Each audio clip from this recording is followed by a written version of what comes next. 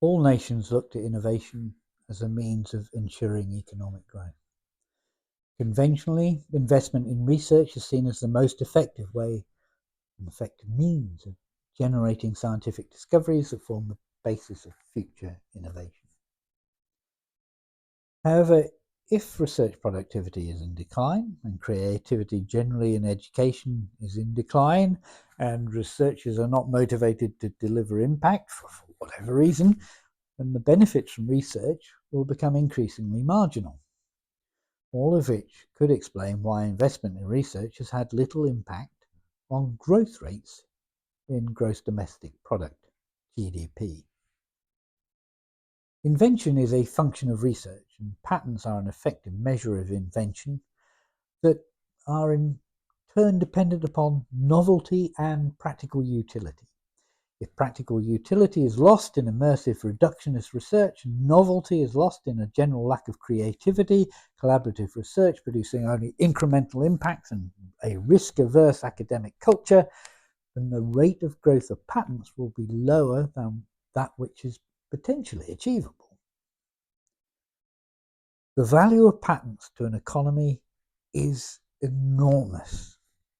Patents have been shown to relate to inventor income, amount invested in startups, number of employees, scale of the sales and of exports, company value at IPO or sale, all of which involve monetary transactions that can feed through to impacting on GDP. Hence, any nation that's able to effectively convert research into patented invention per dollar spent on R&D should benefit immensely. This conversion rate of scientific knowledge into patents certainly requires measurement and study. Here, however, there is a need for caution, since not all patents are based on scientific research. So as a measure of scientific output relevant to GDP, then some care needs to be taken. When relating science to patents, it's clearly important to look at science-dependent patents. A country that is successfully translating its research expenditure into science-dependent patents should have a high ratio of percentage science-dependent patents to percentage of overall publication. There have been various studies looking at this issue, and one of the most telling statistics arises from an analysis in 2019 by Ali Ghazni and Zahara Gazmanik that looked at the top 1% of highly cited patents that showed that the US produces a single highly cited scientific patent per 494 scientific papers, followed by Japan at around 2,000, Switzerland, Canada and Belgium then around 3,000, and then Taiwan, UK, Germany and France last with 4,000 papers necessary to produce a single highly cited scientific patent.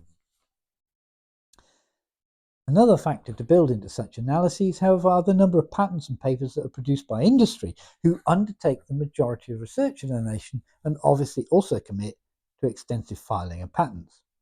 A definite complicating factor. However, analytical techniques are evolving and are now also able to differentiate and link sources of research funding to patents. This was particularly useful for national research councils. Using the UK Medical Research Council funded research as a case study, Richard Jefferson and colleagues at the University of Canberra, Australia, demonstrated in a 2018 publication that over 90,000 publications listed in the PubMed database are linked to MRC funding, but only 9% of these are linked to patents.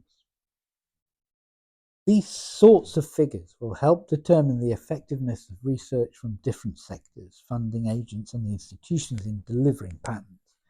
Such a focus will benefit and inevitably lead to measures to improve the effectiveness of research in delivering patents that is so important for driving economic growth.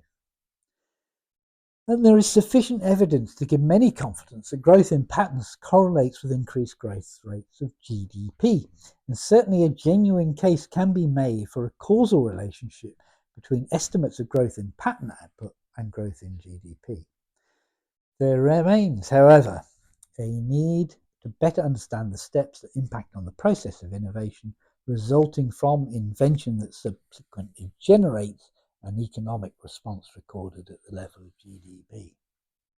That's what we'd all really like